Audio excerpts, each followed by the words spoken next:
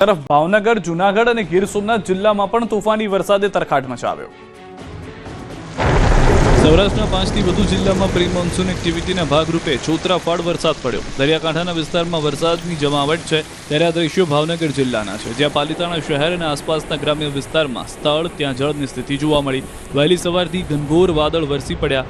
ઘેટી, દુધાળા, કંજરડા, જીવાપુર સહિતના ગામોમાં વીજળીના જોરદાર કડાકા અને પવનના સપાટા સાથે મેઘ સવારી આવી પહોંચી। વિસ્તારમાં હજુ કેટલાક ખેતરોમાં ઉનાળુ પાક ઊભો છે, જેમાં નુકસાની થવાની આશંકા છે, જેના કારણે ખેડૂતોને આર્થિક નુકસાની વેઠવાનો વારો આવી શકે છે। ભાવનગર શહેર ઉપરાંત આસપાસના ગામોમાં પણ સવારે જ વરસાદે પધરામણી કરી। જૂનાગઢ શહેર તથા કેટલાક ગ્રામ્ય વિસ્તારોમાં પણ તોફાની વરસાદથી ન બચી શક્યા। અહીં જોરદાર પવન સાથે વરસાદ વરસ્યો। ભવનાથ વિસ્તારમાં વરસાદથી રસ્તા પાણી થઈ ગયા। અહીં પણ કેરી ઉપરાંત ઉનાળુ પાકની નુકસાનીની આશંકા છે। જૂનાગઢ યાર્ડમાં પણ વરસાદે તારાજી સર્જી। શહેરમાં વહેલી સવારથી વરસાદ જમાવટ કરતા જૂનાગઢ યાર્ડ પાણી થઈ ગયું। અચાનક વરસાદ આવતા કેસર કેરીના બોક્સ પલળી ગયા। હજારીમાં આવેલી કેરીના 17,000 બોક્સ પલળી જતા ખેડૂતોને નિરાશ થઈને પરત ફરવાનો વારો આવ્યો।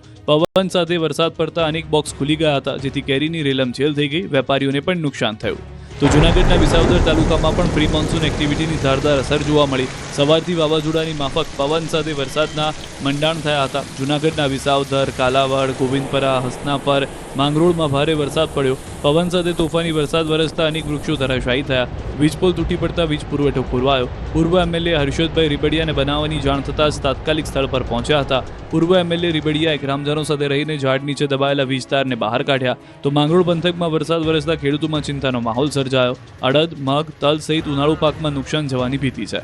અમરેલીના પાડોશી જિલ્લા ગીર સોમનાથમાં પણ વરસાદી માહોલ જામ્યો। ગીર જંગલ અને કોડીનારના કેટલાક વિસ્તારોમાં વરસાદ નોંધાયો। વડનગર, અરણેજ, કાંઠાળા, મિત્યાજ, બાવાના પીપળવા, દેવળી સહિતના ગામોમાં સારો વરસાદ વરસ્યો। આ વિસ્તારમાં ઉનાળુ પાક અને કેરી પકવતા ખેડૂતોની પારાવાર નુકસાની સહન કરવાનો વારો આવી શકે છે। આ તરફ ભરૂચ પંથકમાં પણ વરસાદે ભૂક્કા બોલાવતા સોસાયટીઓ બેટમાં ફેરવાઈ। દક્ષિણ ગુજરાતમાં પ્રી મોન્સૂન એક્ટિવિટીના ભાગરૂપે ધોધમાર વરસાદ પડતા ભરૂચના હાલ પણ બેહાલ થઈ ગયા। મોડી રાતથી ભરૂચ અને અંકલેશ્વર પર ઘેરાયેલા વાદળો સવાર સુધીમાં ગાજવીજ સાથે વરસી પડ્યા। અંકલેશ્વરમાં તોફાની વરસાદ પડતા રોડ પાણી થઈ ગયા। 2 કલાકમાં 2 ઇંચથી